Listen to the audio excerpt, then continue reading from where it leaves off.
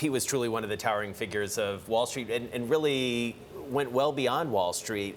I mean, I was thinking back over his career, and there's so few people who have these distinct chapters that he had. A CEO at 37, Secretary of Commerce for President Nixon at a time when they were abandoning the gold standard. He goes to Lehman Brothers and gets into this massive power struggle with Lou Glucksman. And then in the wake of that, he and Steve Schwarzman go out on their own. Together, they pool $400,000 and create Blackstone, arguably one of the most powerful and enduring names on Wall Street today, not to mention the fact that then he goes on from that. He creates an Institute for International Economics. He becomes a voice on fiscal responsibility. He creates a foundation. He is the longtime chairman of the Council on Foreign Relations. And I mean, it's just amazing when you think about the breadth of this career. Yeah, in the last 10, 20 years, he really is known for his public policy stances. He would not be pleased with what's happening today. He would not. He would not. And he was a vocal critic.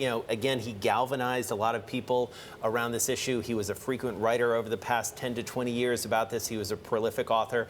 I remember a personal story, talking to him when I was finishing a book about the private equity industry, and he called me to give me some thoughts, and he said, "What part of the book process are you in?" And I said, I'm fact-checking, doing all these things. He goes, "Oh, those are dark days." And I mean, he just had this great sense of humor and this humanity about him, and I just felt like, who am I to be talking to this guy? It's so accomplished, and again, we don't see a lot of people like this anymore. You think about, the Rockefellers and Carnegies, these people who had such outsized influence. It's really amazing to think about his legacy across all these different aspects. A life well lived? Absolutely, absolutely. And meaningful and impactful for a long time.